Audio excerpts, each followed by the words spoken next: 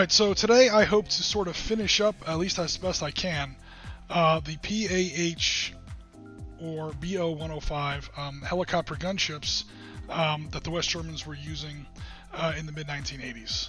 These are 15mm kits that you can get either through Battlefront for Team Yankee, obviously. I think Gale Force 9 also uses them for the tanks game.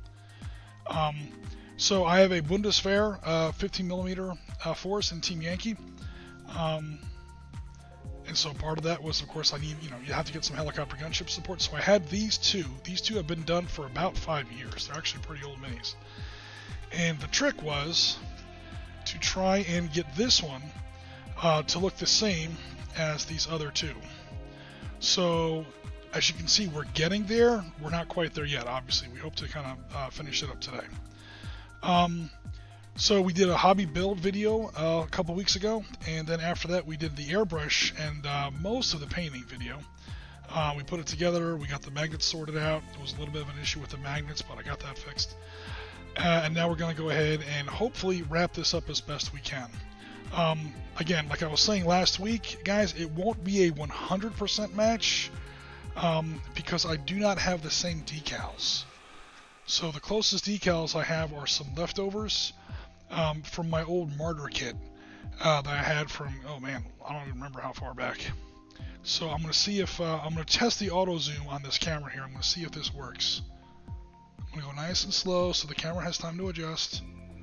Checking out the, come on, get in focus. You're supposed to be auto zooming or auto focusing.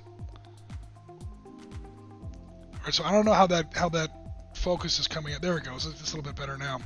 As you can see, the German crosses will not be quite the same.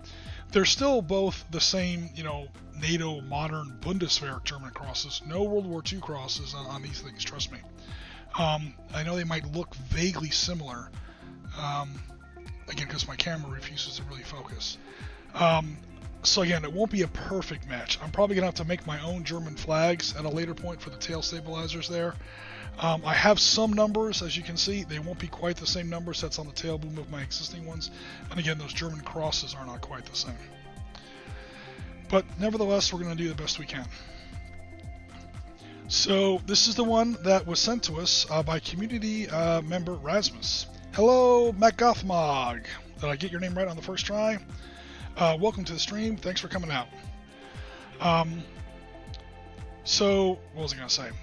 So Rasmus apparently picked this up at a Adepticon grab bag or swag bag or whatever, and it was kind of collecting dust on the shelf.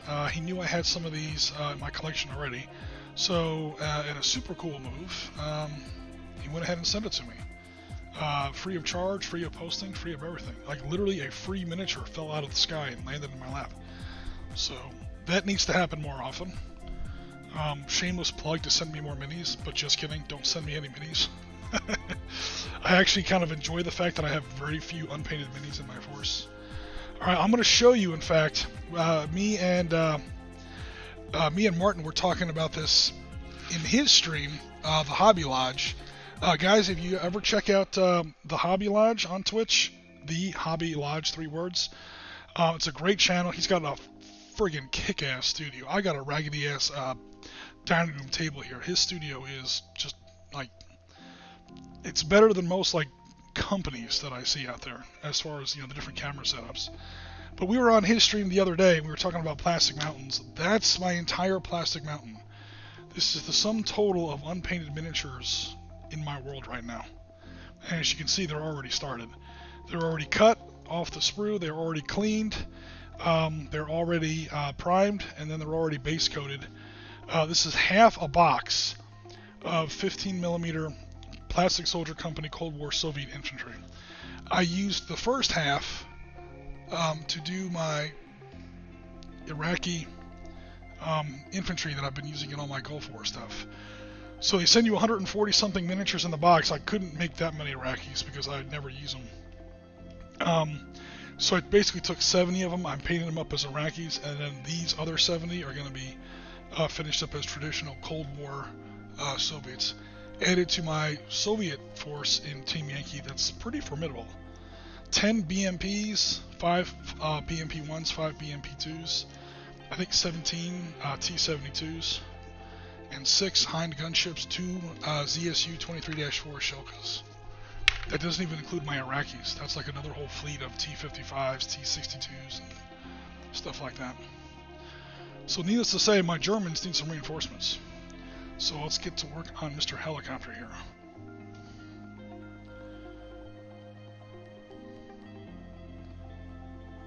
Alrighty. Are any of you having a sip of the good creature while you listen? Oh no. No, in fact I'm drinking my first cup of hot coffee today. I did some iced coffee earlier today for work, but if we send it, you will build it. No, please, no, no, don't send me stuff.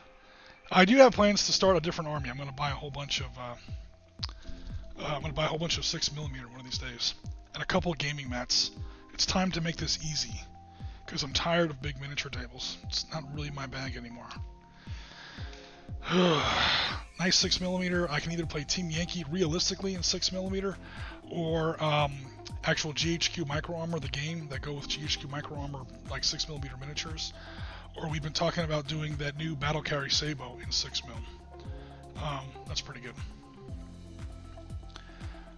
Fancy painting 7 28-man battalions of French. Let's see, 7 times 28 is 100 and... Actually, no, I was going to say 140. That's more than that. That's more like that's just short of 210. Do I have any 200-man armies already?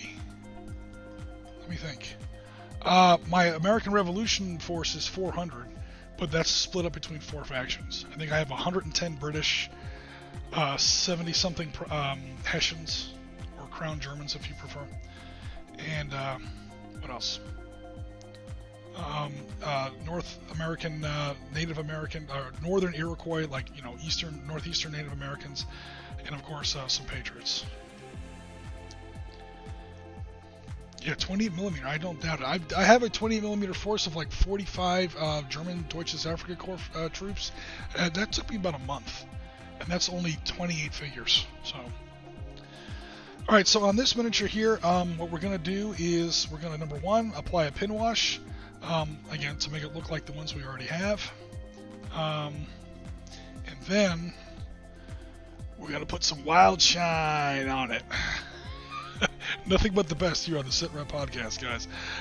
We're going to put some stolen girlfriend nail polish, or clear nail protector, or whatever the hell you call it. This weird, goofy, thick, clear, shiny stuff. This is where you make your canopies kind of look like canopies. This is where you get that really high gloss look on it. That's what I use for that. It works really well. It's super cheap, especially when you buy it, when you steal it from your girlfriend for $0.00. It is very unforgiving though. You got to be really careful when you use this stuff. You get one chance with this stuff here. So, do we feel brave? I say we feel brave. We're going to start with the nail polish, and I'm going to apply it to all of this like teal cadet blue canopy pieces that I previously put on there. Now it does come with a brush in the thing, in the actual bottle. I'm not really going to use that though, because it's like this big square brush. It's made for painting nails, obviously. This is not an Oriskany makeup tips video, trust me. I don't think you guys would tune into that. Oh man, that stuff is strong. Good grief. Yeah, I need to get maybe some more ventilation here. I have an old beat-up terrain brush that I'm not really ever going to use again. This is when the brush, in the words of Lincoln, gives the last full measure of devotion. He's going to make sure that this German helicopter here has a nice, super shiny canopy. And then he's probably going in the trash, because I'm pretty sure that the, you know what, I gotta be really careful here. I'm pretty sure that the brush is going to be unusable after this. Alright, so this stuff is super thick. Alright, say a prayer for me. Here I go. And you just kind of want to pile it. Ooh, it's really getting thick. Hey! Is this in the right frame here? Okay, cool. So as you can see, I'm not really painting it as much as I'm like dabbing it in place. I'm laying it in there almost like mortar for a brick. And you want to really lay it on there thick. When it lays on there really thick, it smooths out. And that's where you get that super smooth, glossy shine. If it gets on there all jaggedy, it won't shine the right way.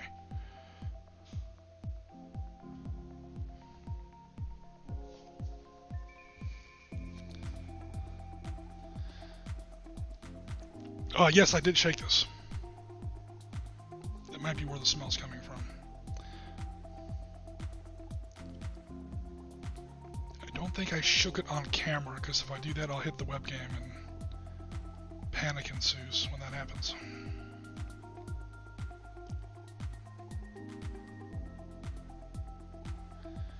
And this is how you apply your nail polish so that you'll be the belle of the ball, ladies. This is how you will go out there and you will get yourself a man. By that I mean you will have the sexiest looking helicopter cockpits on the table. Alright, so that's the kind of shine we're looking for there. A couple little, I don't want to say a couple coats, but kind of. Apologies if I'm missing comments in the chat. This is just where I really got to get... This is the one part of the stream I really got to pay attention.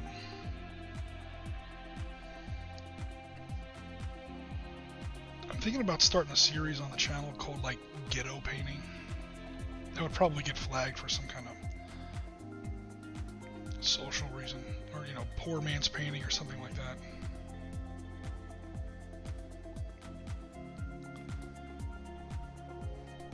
Because I'm sure that there are products out there that you can buy that would just, you know, make this much faster, much easier, much more forgiving.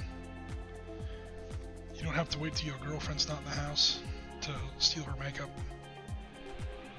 You don't feel like a weirdo going through your girlfriend's makeup drawer, you know. What is she hiding from me in here?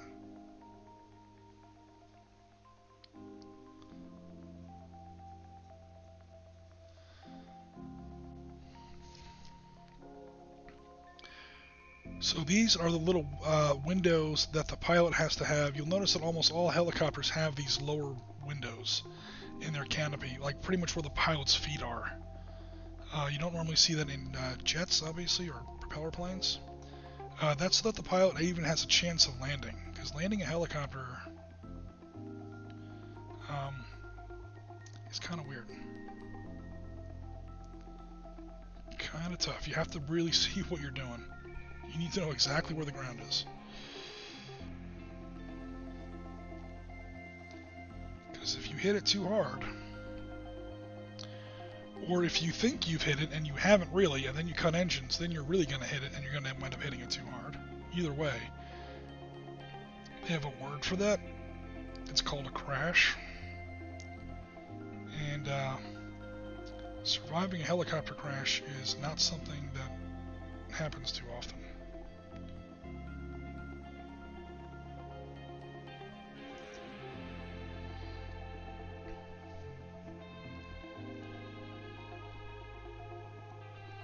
Ooh, that might be a little much. Yeah, thankfully, the miniature has, I don't know if it's coming through on the, whatchamacallit, if it's coming through on the camera. But the helicopter's canopy pieces have a nice recess to it, so you can just really kind of dab and pool your gloss in there. It also helped when I was doing the painting on this.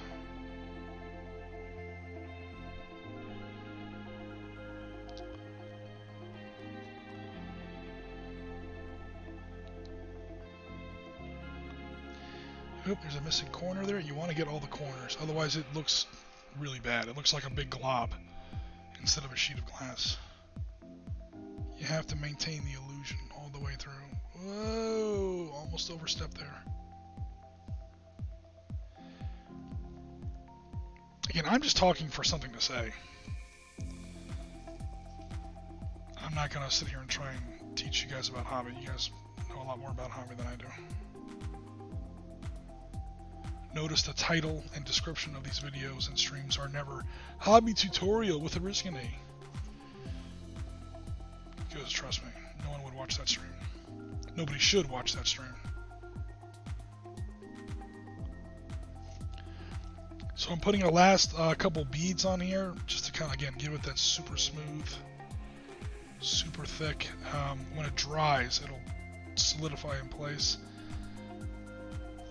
and give that nice wet, or that nice very, very, almost where it looks like it's perpetually wet, that very glossy shine. That's what we're after.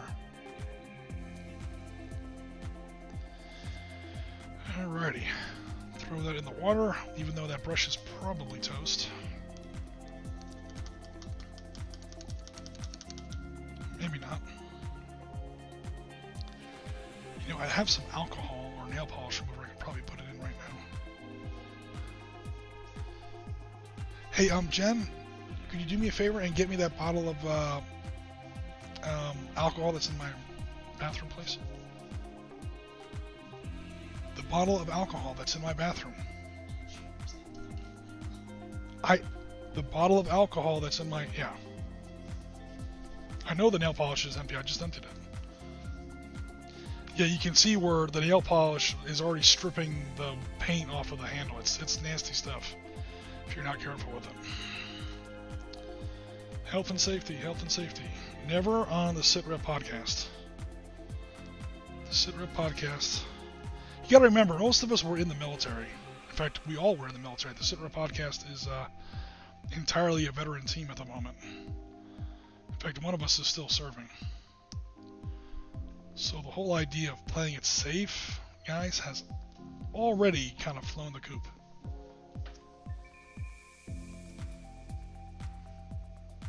That's not how we roll.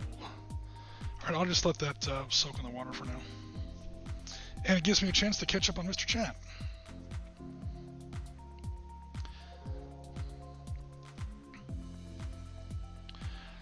James Cuts, thank you for subscribing. We really appreciate it. That is my call out to Red Letter Media. They used to have a Twitch channel way back in the day. Whenever someone would subscribe, they'd say it just like that. James Cuts, thank you for subscribing. We really appreciate it. Hopefully, okay, so let me catch up on the chat here. Our dining room table is not crappy. The dining room table is not crappy for a the dining room table is not crappy for a dining room table. It's crappy for a streaming studio. But that's okay. No worries. Hobby Lodge says that we are welcomed if we ever find ourselves in the UK. Hey, don't threaten that. We've been to Ireland 3 times to play with plastic tanks. We've flown incredible distances for incredibly silly reasons before. You might find yourself with some squatters. It's a good thing you didn't say that a couple years ago when the previous administration was still in office. I was looking for a way out of the country back then. We all need to send all of our plastic shame over. No! Cannot allow you to run out. I will not run out. I will buy some more 6mm. They're usually metals. At 6mm, it almost has to be metal. At least for vehicles. Yep, we were talking about the 7 battalions of 20mm French. Cool. Looks really effective, says James Cuts. Yeah, it definitely works. It's just every time you do it, you lose a brush. Or you can use the brush that comes with it. It's just that weird kind of a square. I mean, it's made for a different purpose. So if you're really handy with a big square brush, we often joke about Justin and his 3-inch brush. If you're really handy with that kind of, not hobby brush, you could probably also do it with a toothpick. I mean, you're not painting it on there, you're globbing it on there, and the gravity and the thickness and the viscosity of it will smooth itself out. You're just trying to make sure that it gets into all the corners and that it does not doesn't overstep, because once it's there, trust me, it's there. And for God's sake, don't touch it until it's dry. You will have a King Kong sized thumbprint or fingerprint on your canopy that you will never get rid of. So, yeah. It's just not. You can get away with some pretty cheap stuff. I mean, I use very cheap materials for most of my hobby. No Citadel, no GW paints, none of that stuff here. Trust me, nothing but the best here on the Sitrep podcast channel, or at least when I'm streaming. I do use Vallejo washes. That's the one semi-commercial thing I actually really do go out and spend money on. Trust me, I've painted my first 200 or 300 miniatures using the old homemade wash technique. You put a couple drops of black into some water, and with like a half a drop of dish soap, basically you make your own wash. That'll get you started, but you can only go so far with that. Sooner or later, you really have to be a responsible grown-up and buy some real washes. Let's see what else we got going on here. If you can do it with the included brush, I'll subscribe. I've done it before. I think I did these with the included brush.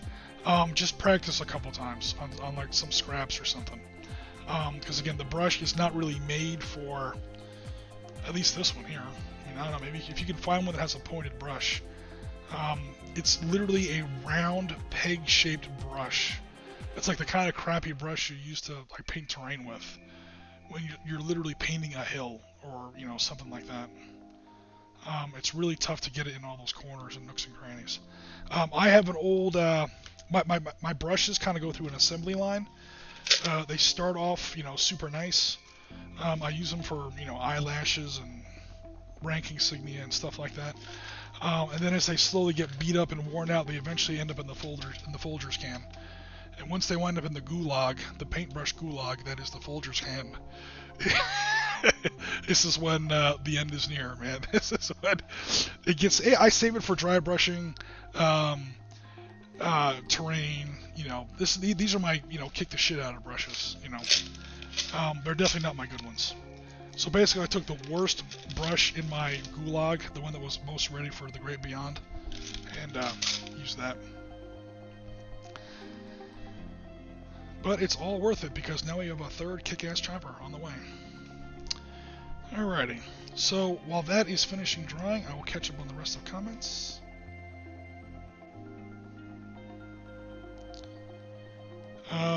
Hobby on the cheap, there you go. You named the time, uh-oh. Oh, you can plan a trip anywhere. Oh, see, there you go. I told you, Hobby Lodge, you shouldn't have said it. Trust me. I could come home and say, Jen, I just figured out our next vacation. We're going to the Peshawar Highlands of Pakistan. I got some friends there that are, they're a little into their religion, but they're still cool. Don't worry.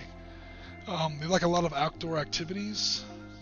They're a little eccentric, but once you get used to them, they'll be fine. Dude, she would be on a website, booking us a flight out to Karachi in like 3 minutes. There is nowhere in the world she will not go when it comes to travel. She's just one of those travel people. Alright, so now it's time to start the pin wash. Again, I use Vallejo washes because they're awesome. I do find them, maybe you guys agree. Actually, you guys tell me. I don't know this stuff. Shit. Do you guys find Vallejo washes a little thick? Even though their washes are supposed to be thin, I still like to thin them down a little bit. So I use a big brush as like an improvised ink dropper. Put a couple of drops of water in there. How about I keep the big jar of water away from my laptop? How about that?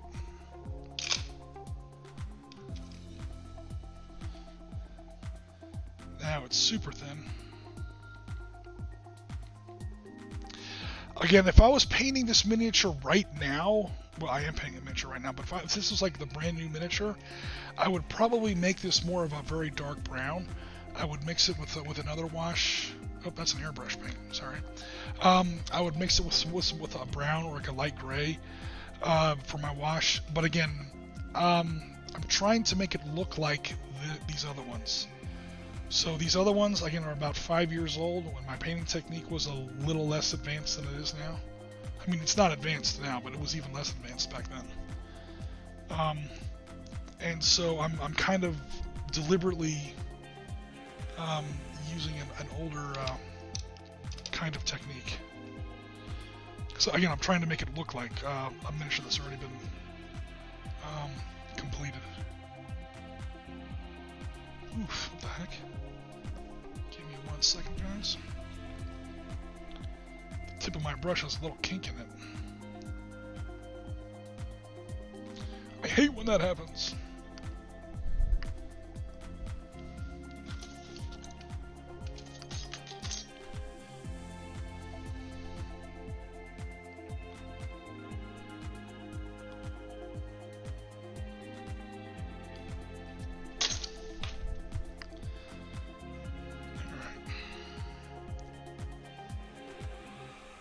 Make sure my big head isn't getting in the camera here.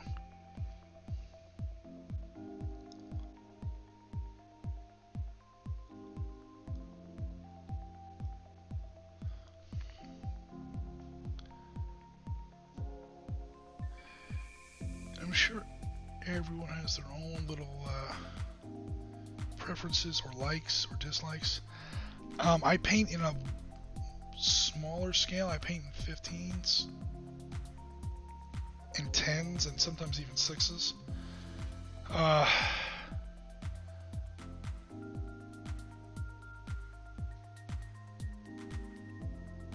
So, I mean, the details on a smaller miniature are much easier to kind of fade away, especially on a table with terrain and everything else.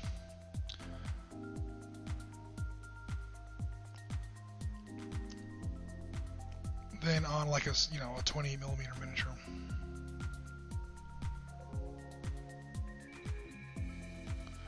So, long story short, I really kind of blasted on there.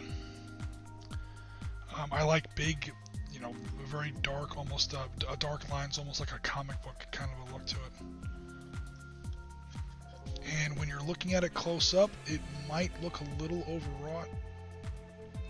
But when you put it on the table and you're looking at it from 2 feet away, and there's a tree in the way, and smoke, and burning Russian tanks, and screaming souls of the fallen.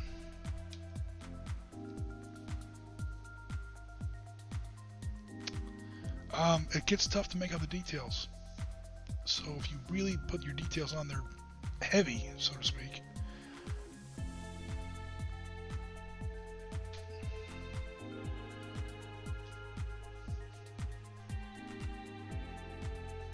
at least that's my excuse. I just like high contrast, kind of an almost graphic kind of a look to my miniatures.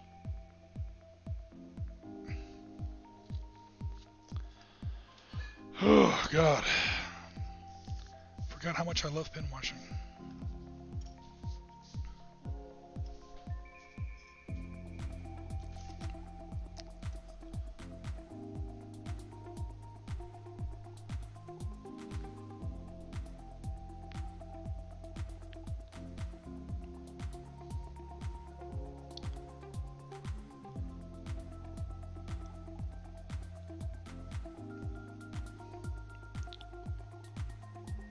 So what level of, Marty, if you're still with us, what level of Magic the Gathering are you at now? Are you at that platinum level yet? I have been in Panzer Leader Counter, or Panzer Blitz technically, Panzer Blitz Counter Hell for about the last 4 nights. I hope to get back to it after this stream. And if I can do that,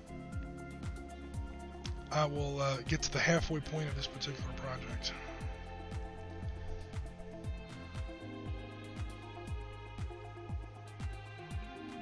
So I've been contacted by, so for people who may not be aware, Panzer Blitz is a little like Battlefleet Gothic in that it was really popular way back in the day. The company, for whatever reason, decided not to produce it anymore. And for the, 30 years since, the community has been keeping it alive at conventions, on their dining room tables. Lots of people are producing their own counters for it, their own scenarios, their own rules updates, lots of stuff. And it's really cool, but it's all community driven. The company itself is like technically not even in business. Well, they are in business, they're just part of a bigger company now. The license has been passed over to another company that did a little with it back in the 80s, Panzerblitz Hill of Death, which was terrible, to be perfectly honest. Nobody's picked it up, nobody really likes it. And most people who play Panzerblitz nowadays are still playing the original, either the original rules or the 3rd edition rules, which is Arab is really worse. So anyway, that was a kind of a long intro there. The point is, it's a community-supported game now, and like probably one of the biggest community members in the world, or at least in this very small world. I mean, it's not a big community. It's not that popular of a game anymore. But one of the big ones. He's been writing articles on several websites about Panzerleader, Panzerblitz, Arab Israeli Wars. He's written a lot of the new scenarios, a lot of the new scenario counters he's been designing. I've been using his counters for at least 15 years. He actually reached out to me. He's like, "Hey, I saw that you were doing XYZ. Would you be interested in collaborating on, ABC?" And I was like, "Holy shit, yeah." I mean, it's almost like, if Rick Priestley came out to you and said, "Hey, do you want to work together on something?" You'd be like, "Oh shit, yeah." So it's been great, but it's a lot of work. It's a lot of work. And I gotta get it done, and I gotta get it done fast. Not because I'm being pressured at all, but because I have like 10 other projects behind this one, including some stuff with Valor and Victory that I cannot get into the details of now.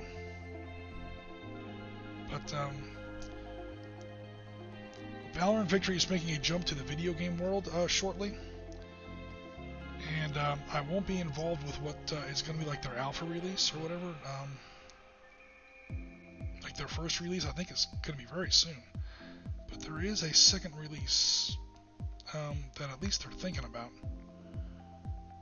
I mean, I'm sure it all is going to depend on how well the first release does.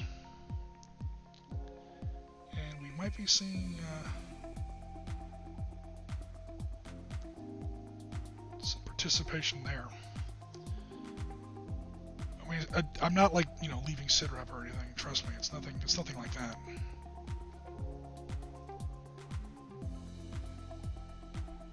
But that's why I'm in counter hell, because somebody I really look up to in the Panzerleader community actually wants to work with me about something much less formal, and I'm determined to kind of make a good impression. And anything I do with this guy has to be done quickly, because I gotta get it off my plate. Something else is right around the corner that I really also want to do.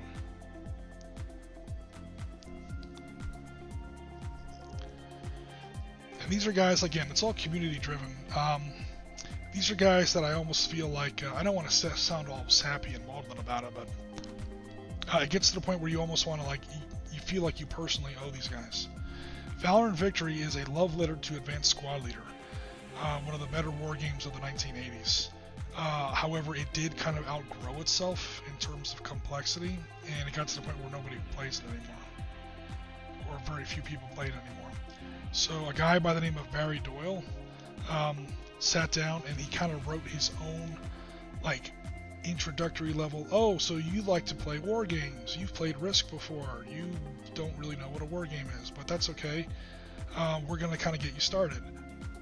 He came out with that level of Valor, of Squad Leader. They call it Valor and Victory.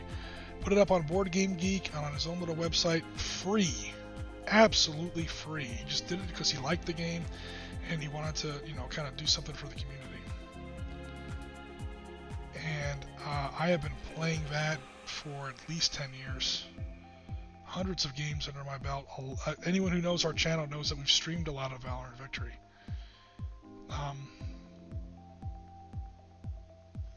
And again, he did it, just out of love for the game.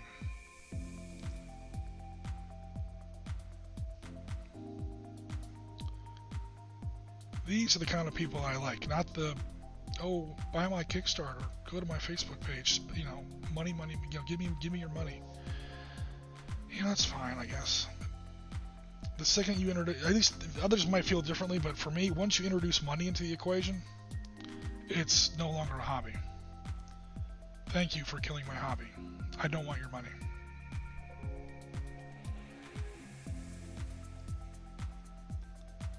I know that might sound strange, but I've got a job.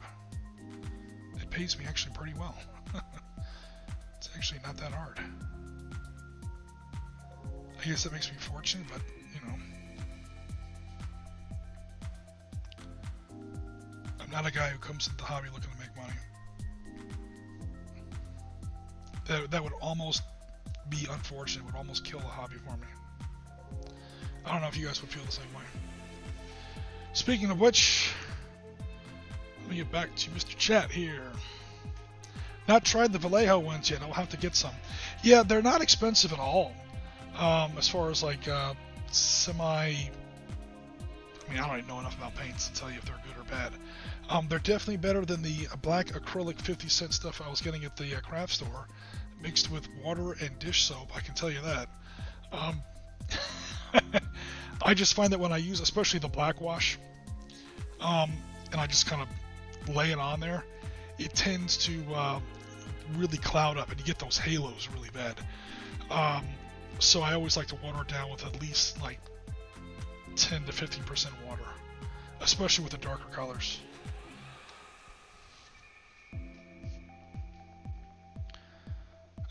Never used them, but I do water down even their airbrush paint to use as water paint. Yeah, I also, in fact, people in the chat were probably watching me do that last week. I was using Vallejo Model Air. That's the other actual model paint I'll actually buy. And yeah, drop a couple drops of water in there to make sure it goes through your paintbrush okay. When the world comes back to normal, come to visit Yorkshire. Okay, well, the Oriskany Grand Tour of UK is shaping up. It's going to be the reverse invasion. Instead of the Beatles coming to the US, it's going to be Oriskany coming to the UK. Except nobody cares about Oriskany coming to the UK. Oh, Ben's on YouTube. Oh no! Hold on, let me get to I keep forgetting I'm watching two things. Oh wow, holy crap. Hello Ben, just got in the door, 7:23. Okay, cool, I didn't miss you too long. Sorry about that, Ben. When I'm out here on the dining room table, the trade-off is I'm only I can only like kind of monitor the chat on like a phone, so I can only look at one screen at a time.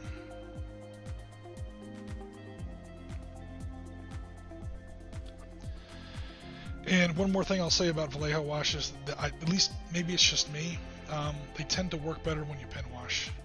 When you try to just like wash the way other people do, I always tend to get way too much on there.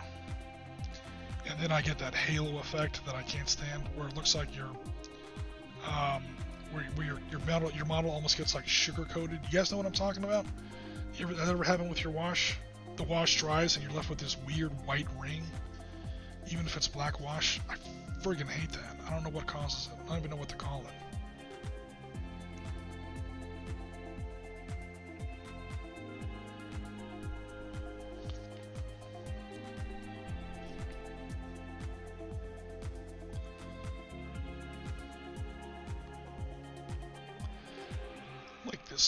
Little pool of wash is starting to dry out a little bit. I'm probably going to hit it with some more water in a minute.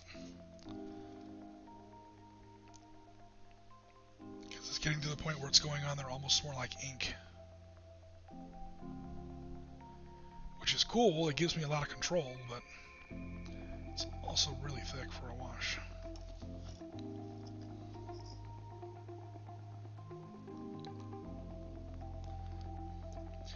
And I really like a dry brush after the wash. Especially on military vehicles, you like them to look very dusty. So a dry brush really helps with that. I usually don't do that on my aircraft, so I probably won't do that on this.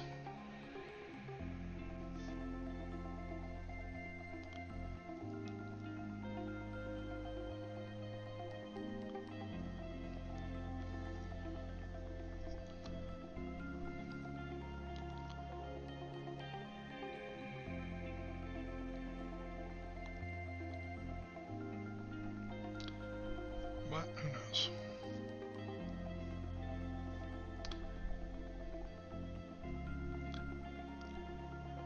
A little bit on the door handles here.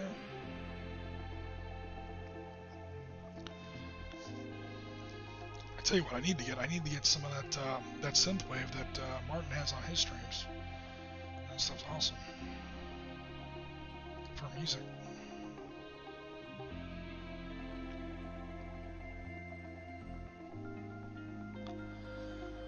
It's like pre-copyright screened or copyright-free synthwave that you can play on your Twitch channel. The only problem is that it wouldn't come across on our other platforms, because as you can see, we're kind of simulcasting across various different channels here. That's the only reason that we don't use something like that at the moment.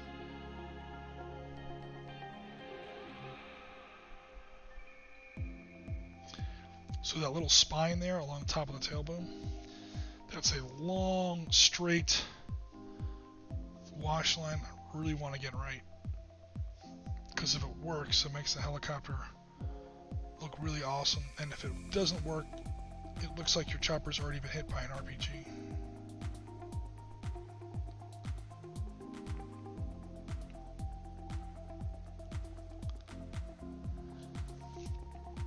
So the first one went down good. The second one looks like it went down good. Or went down well, I should say.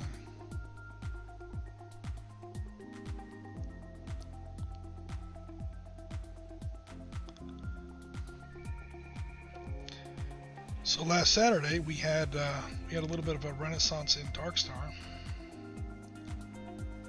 We had 2 new players who had never tried the game before give the game a go. That's not really, I mean, you'll probably never see it here on Sitrep podcast, because it's not modern war in any sense. It's not historical. It's tactical starship combat in the far future, or semi-far future.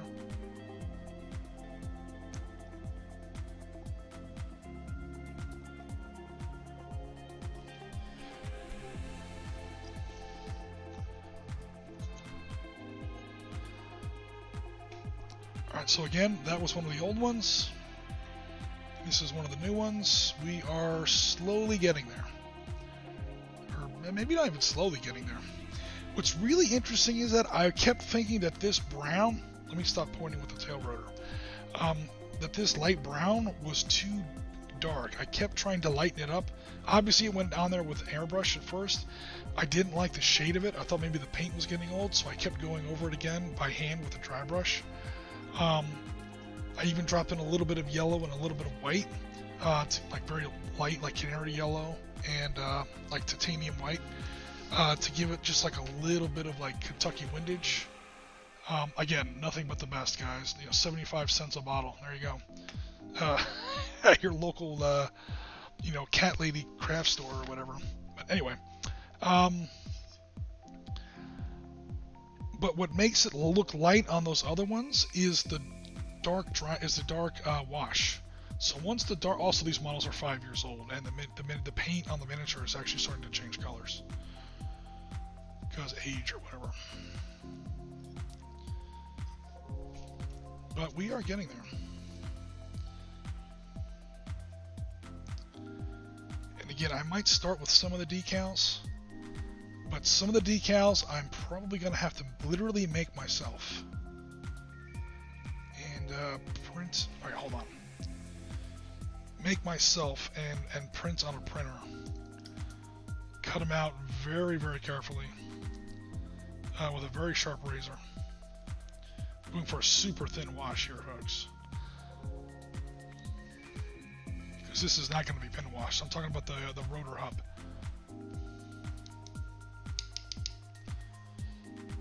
Alright, Jenna, Ben, I hope I didn't miss your, I hope you're still with us. If you are still with us, Ben, happy St. Patrick's Day.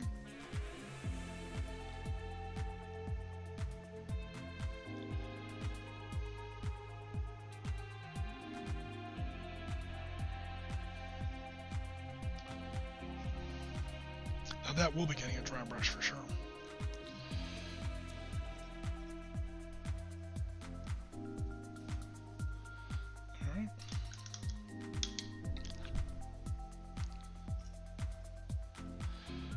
We're going to go ahead and put very, very small black dots in the recesses of those missile tubes to make them look like they're actually weapons barrels of some kind. Now for this, I'm not going to use wash. That noise is me going through my paint drawers whilst I look for some paint. Pavement by Apple Barrel. 5-star elite level painting by Oriskany. Here we go. Shake it up a little.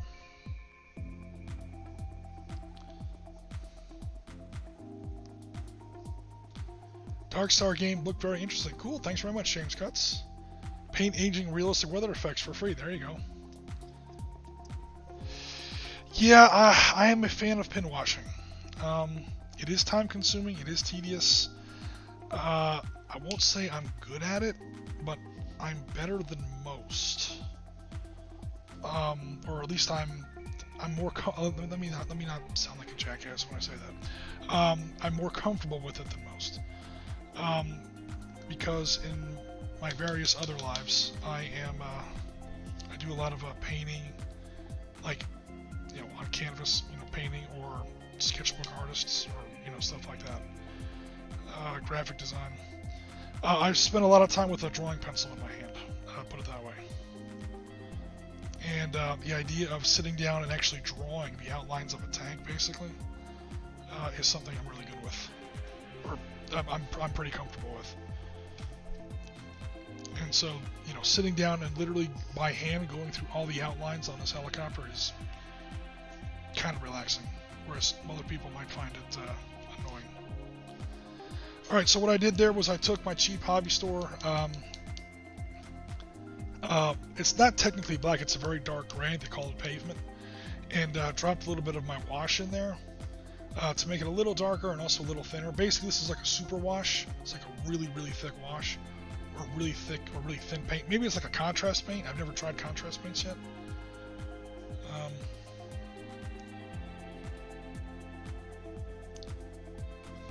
For there is again those little the insides of those missile tubes, those hot missile tubes. Maybe I should start talking about like the military technology, because at least then I kind of know what I'm talking about. Talking about hobby, I have a model. I try to paint it so it looks good.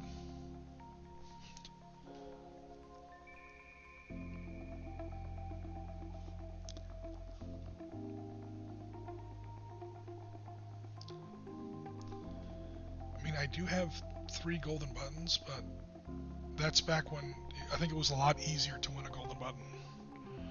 I do not think I would ever win a golden button nowadays. The competition for a golden button has really amped up. Like, my most recent golden button is from, I think, late 2018.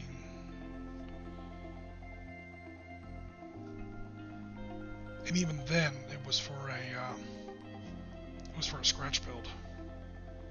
I think I got it for, well, one was for a rule set, because I designed a rule set. One was for a scratch build. In other words, I've never really gotten one just for sitting down and painting miniatures well. Actually, that's not true. I won one for my leopards. Again, that was way back in 2016. I think the community in general has upped its game since then. Because I look at the stuff that's out there now, and I'm like, holy crap. I mean, some of the stuff you see people winning golden buttons for now, I would never even come close to approaching. And I've gotten a lot better. But still, nowhere close to what, people are doing now. Even people who do like, oh, I think it looks okay. I mean, they're talking about their own work now. I mean, it's tabletop standard, I guess. And it's like 900 times better than anything you could ever do. And you're like, yeah, it's tabletop standard, buddy. Yeah, shut up now. you want to punch him in the head. It's like, yeah, we all know what a humble brag is, buddy. Your stuff is like 50 times better than I could ever do, and you're sitting there going, I guess I'm kind of satisfied with it, 3 colors and up, you know, it's tabletop standard. And by then I'm like 1 color, i.e. green with envy. I'm going over some parts of the pin wash again, because again, it's just a personal taste. I love really dark pin washing. I like to see all the panels. Of course, the helicopter doesn't really look like this, but at small scale, I like really heavy pin washes. I want to see all the details on the model, even from, you know, a foot away or whatever.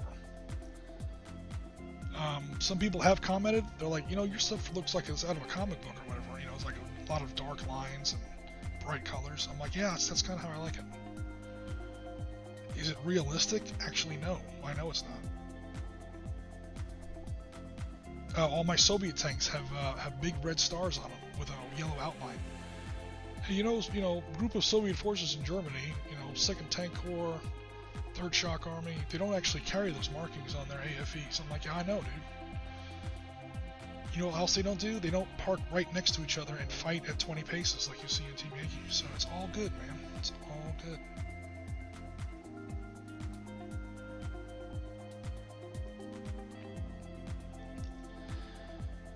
I'm not really a button counter or a rivet counter or whatever. In my painting,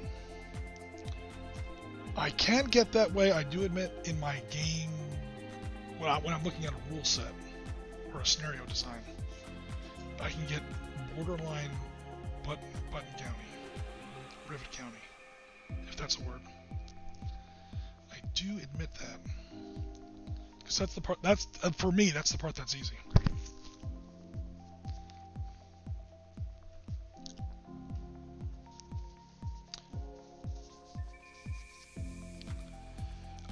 Thanks, man. Contrast. Oh, let me catch up on the chat here. Yeah, there's so much new talent on OTT now. Yeah. Again, I've got a bunch of golden. I've got like 3 of them. But I look at the models that I won those golden buttons with. I look at the photos from when I put them up and won the golden button, and I compare it to the stuff that wins golden buttons now. It really has gone up. I would never win a golden button now, even if I tried. I'm telling. It's not like humble bragging or, you know, bitching or crying or anything. No, it's the stuff has gotten a lot better. The threat on the battlefield has increased. That's much more lethal out there now. The battlefield has changed. I mean, back in 2016, even I could win a golden button. What's the other thing I actually won a golden button on? Now this, if I can get him out of here without knocking everything over. Come on, baby, come on out. Alright, I'm now breaking other miniatures. Just while this pin wash dries.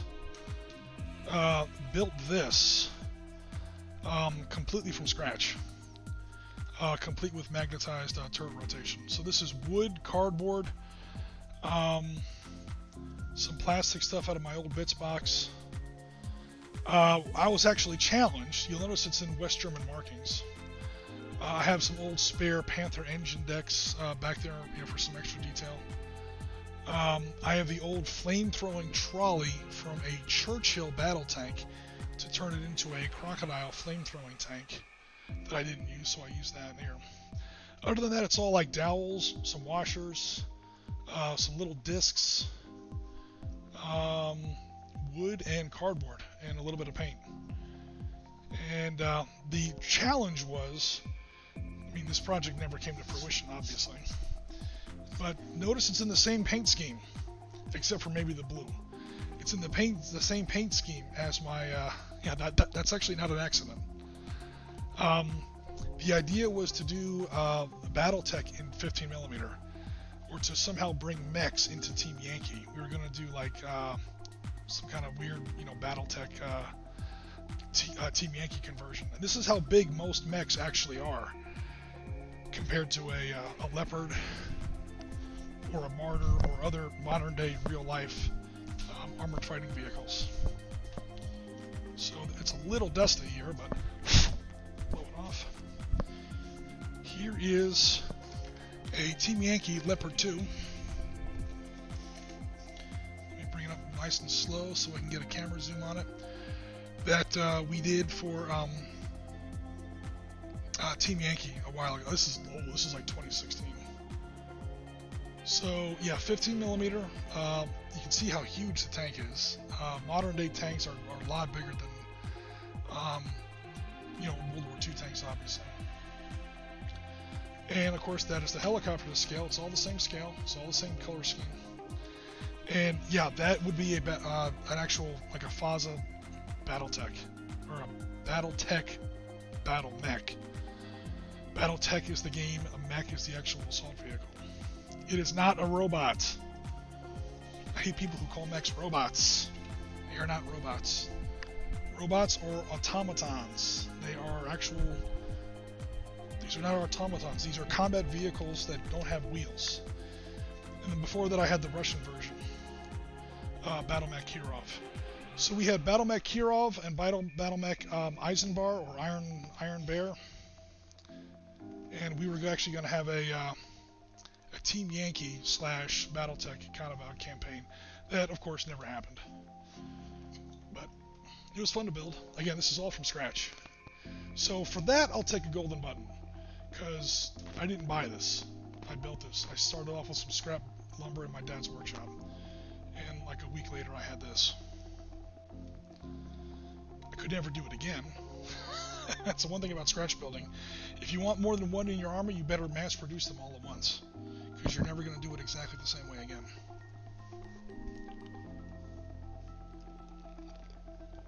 Let me get a drink there. Sorry about that. Is that almost done? Trying. Get all these other minis out of here. Alright, what else do we have going on here? So we're talking about dry brushing. Yes, it gives definition, improves readability. Thanks very much, Mac Althmog. Happy with a rough table ready. Hobby Lodge, yep. James Cuts, thanks man. Contrast is pretty much my go-to now.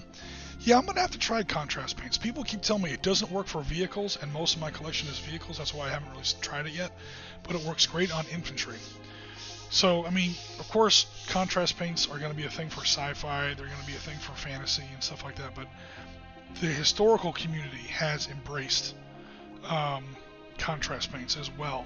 Specifically, mass painting infantry, which is something most historical wargamers kind of hate to do because it's really tedious. You don't build 5 of anything in historical infantry games. You buy, you have to build 100 of them. So anything that can save you time when it comes to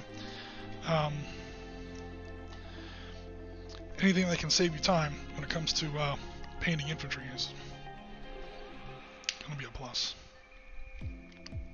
Or so I've heard. Again, I've never actually tried it myself yet. It can be tricky on large flat panels. Yeah, there's no way in hell I would ever do an Abrams in contrast paints. The Hobby Lodge says, that's why I don't post my stuff there, to avoid the disappointment. Oh, come on, man. Dude, I'll post my stuff up there. That way yours will look awesome. Don't worry about it.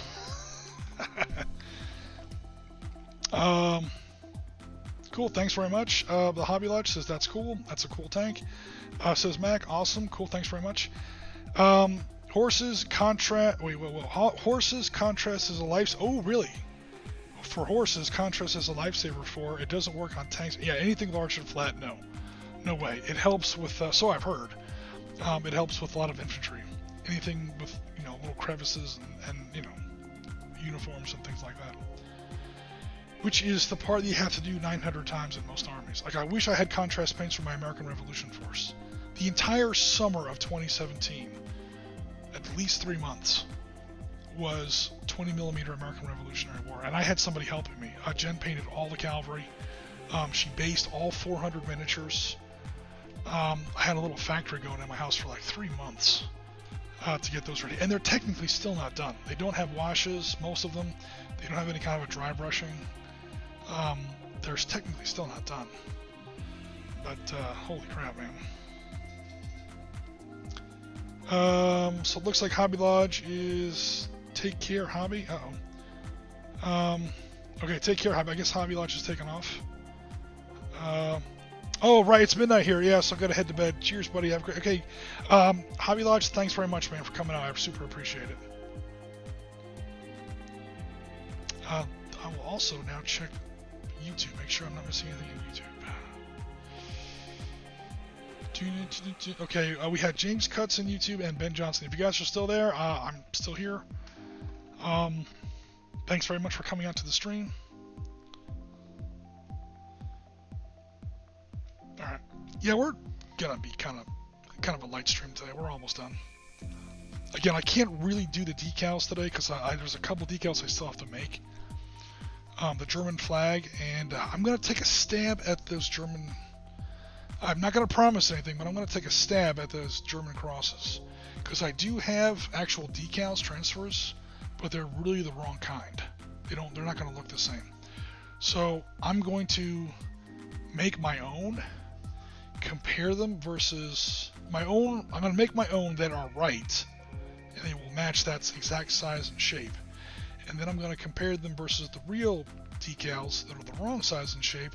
I'm going to see which one is worse. Neither of them are going to be good. I promise you that. But I'm going to see which one is worse, and then I'm going to do the opposite. That's my battle plan for these decals. The numbers, I'm just going to go with what I have. There's no way in hell I'm going to make those numbers and then cut around them. And then the German flag, as small as it is, that's just 3 colors and some careful work with a sharp knife. I can do that. I just have to get on a computer, I have to get in Photoshop and actually design those. And then print them out super small. But for now, one last little detail here. I'm thinning out my craptastic cat lady paint. Do you guys have cat ladies in the UK? We sure have them here. They're the ones that are always hanging out in the craft store, buying, 400 feet of yarn for some gigantic Death Star of yarn that they're building. Alright, so if you guys remember, on my missile pods, I have that little white line, or yellow line I should say, light yellow line. No purpose, it's literally just decoration. It's one nice little detail. So I'm going to try and duplicate this on this new guy.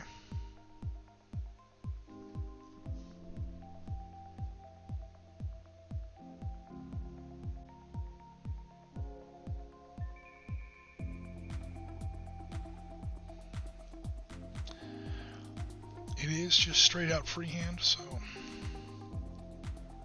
I mean it's simple freehand, but I do have to be careful.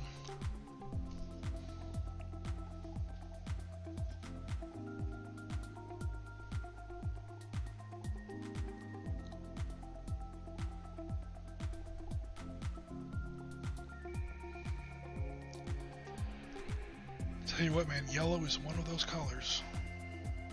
Sure, you guys know this.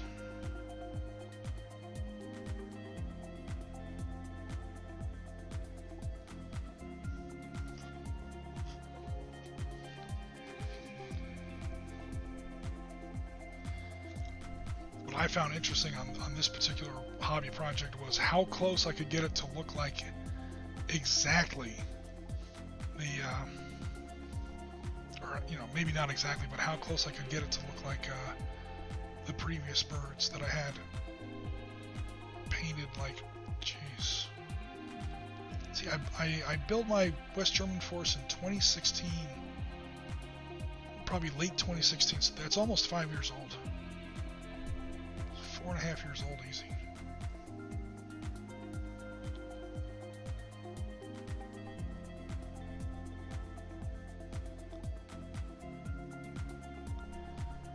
In fact, I'm going to say it was October 2016 because I remember getting I'm learning about the golden button while I was in a hotel room. My girlfriend and I kind of took off for the weekend. We were celebrating my birthday, so that's how I know what month it was. Kind of like I remember where I was when I heard about this kind of a thing.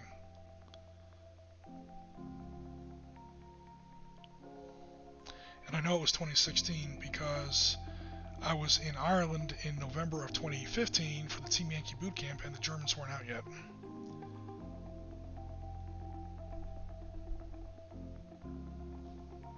They kept promising them. They're like, Germans are coming soon, I promise, to the next faction. But when we went over there for the boot camp, it was only Soviets and Americans. And again, it was just, Team Yankee was just getting started in those days, so they didn't have a lot of options. It was pretty much American M1s. You can either put the 105 or the 120 in there. And Soviet T-72s. Have fun.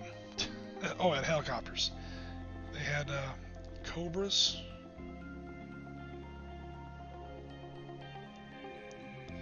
There we go. They had Cobras and Heinz. So I'll come up slowly so that the autofocus has time to snap on there. Come on, autofocus, do your job.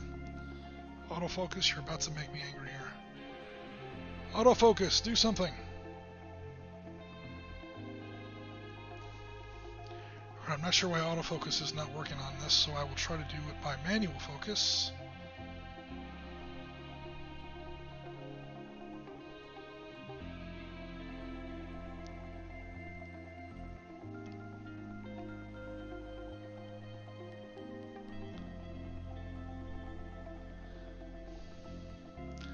So now this is manual focus. There we go, finally. Alright, so that's kind of where we are at the moment, close up. Happy with the wash, for sure. Happy with a little bit of color, a little bit of highlight on there. We're pretty much coming up on a little bit of dry brush and details.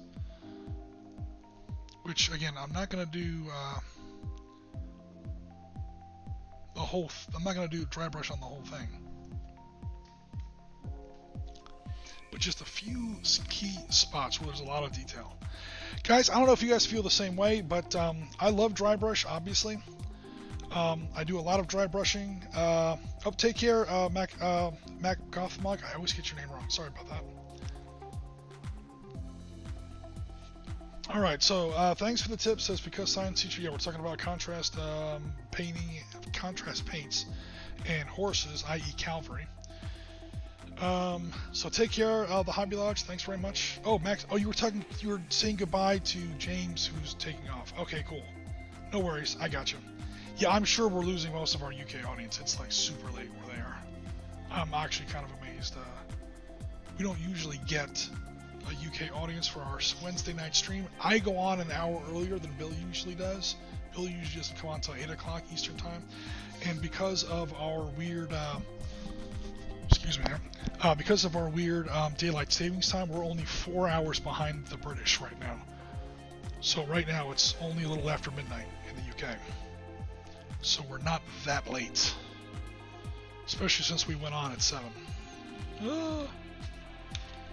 Almost had a minor disaster there.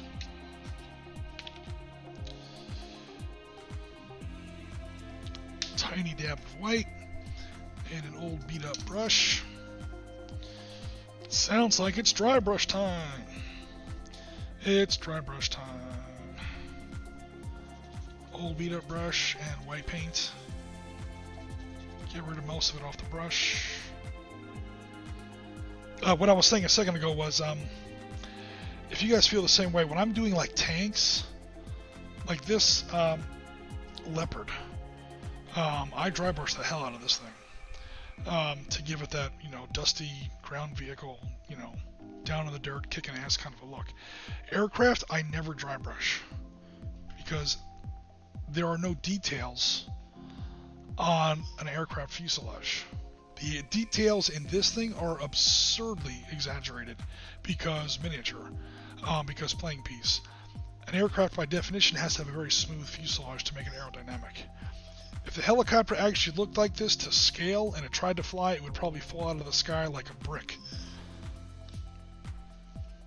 Because of all that extra drag. What I'm trying to pick out here are the little details that you probably can't see right now, especially since I'm having a tough time with the focus.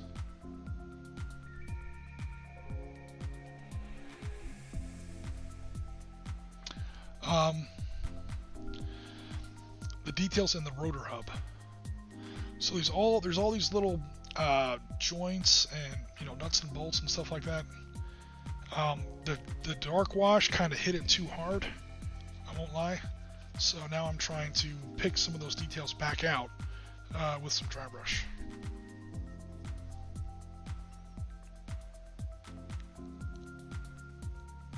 There we go.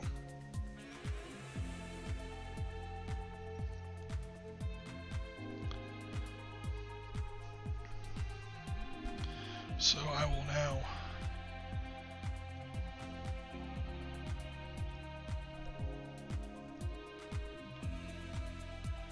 So that's what I was going for. I was going for those details you can probably see a little bit better now in the rotor hub assembly. So those got really washed out or literally washed out in the wash. No pun intended. They got drowned in the wash, and so I was using that dry brush to kind of pick them back out, the highlights at least.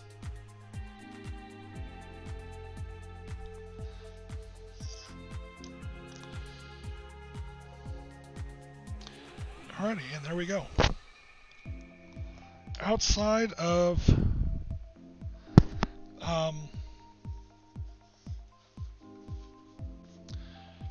decals, I'd say that chopper's about done. That bird's ready to go. I might put a little bit more dry brushing here and there on them, but pretty much she's done.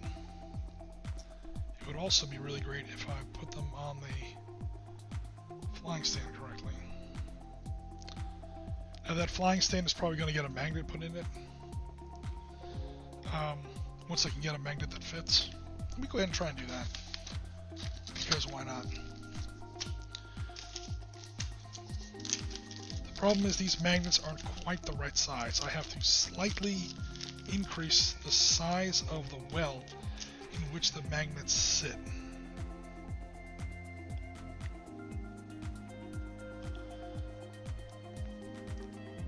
Because reasons.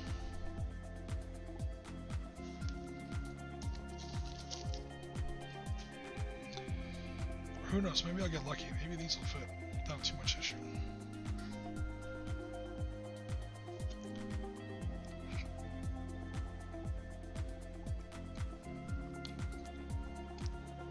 Come on, get in there, you bastard.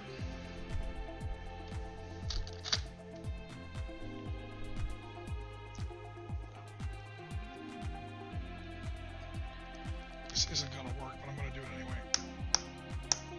Except it totally worked. Except I totally screwed up, and if anything, I pushed it in there too much. Oh no!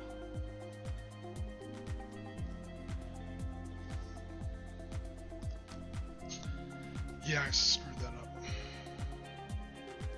Alright, maybe I'll just use the third magnet. Hold on, let me see if I can get away with this. Don't know if this is gonna work.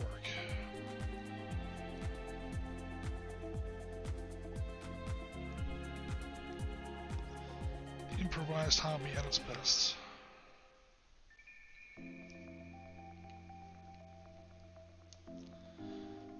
I'm like the Viet Cong of hobbyists. I don't have any of the right tools. I don't have any of the right equipment.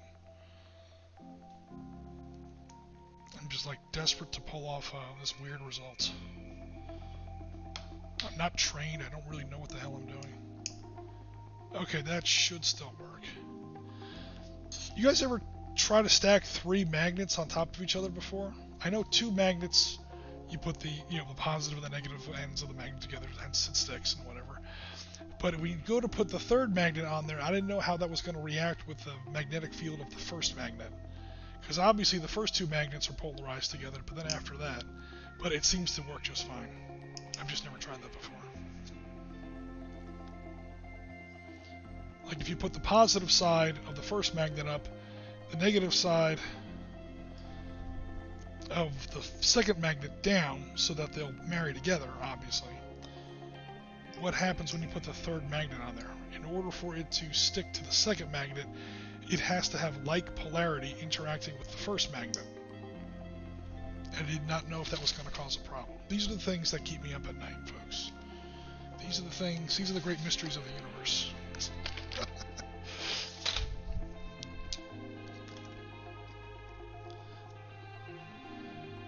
Oh, lordy. Oh, this isn't even open yet. Damn it. Wrong blue bottle, sorry.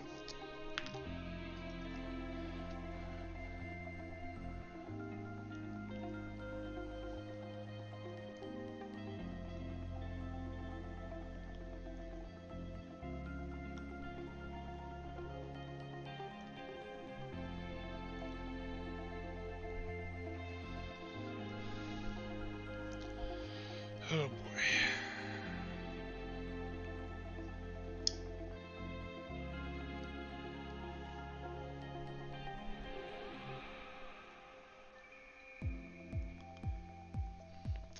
And here's where I remember that I did not reshape this so it'll fit. Oh, but it'll fit anyway. Okay, cool, never mind. All's well.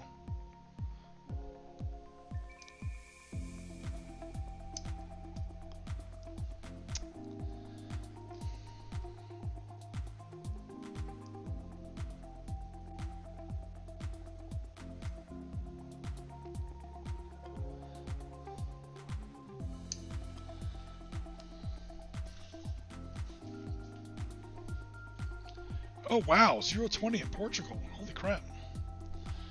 We were only in Portugal once. Yeah, you heard Jen back there. We did not have a pleasant experience in Portugal. It was nothing wrong with the country. I'm sure your country's awesome and beautiful. We almost wound up spending overnight in Portugal, or I should say Lisbon International Airport. Because we were trying to get to Normandy in the summer of 2014. For the 70th anniversary of D-Day. We were trying to get to France, and we wound up connecting to Paris through Lisbon. And that was not a fun afternoon in that airport, suffice it to say. Yeah, the airport is a nightmare. It was also, to be fair, under construction at the time.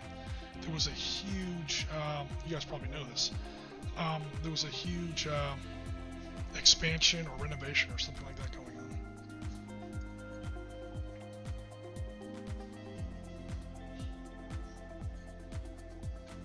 And the airline was not the best, so nothing against Portugal to be sure, but the airport was a nightmare. Alright, cool. So I finally got the right side of the magnet in there. Now I just have to get it to stick.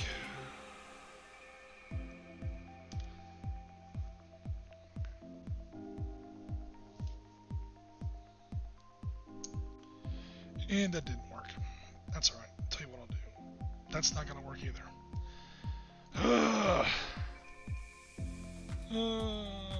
Isn't hobby supposed to be fun? Alright, hold on. I'm going to fix this. I'm going to fix this. It's going to be fine.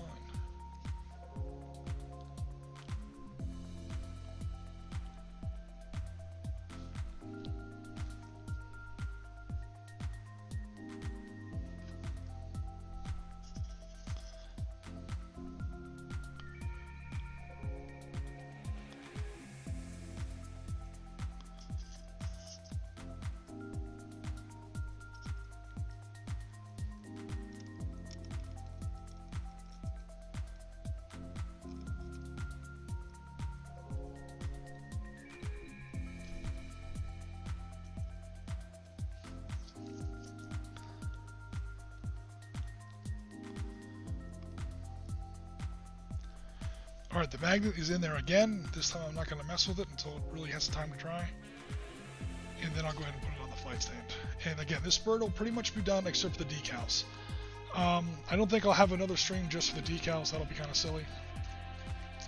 And again, today I was just covering. because the Sitrep team is awesome and covered for me not only last Sunday, but they're going to cover for me this Sunday coming up as well. Because Jen and I are going to be out of town. We will be celebrating a belated anniversary. Aww. Anniversary was actually a little while ago. And my girl is the kind of girl who's cool enough where she'll let you skip the anniversary if you promise to make it up to her later. What was I doing on my anniversary? I was gaming with you guys, and I'm actually not kidding about that, so feel sad now. Just kidding.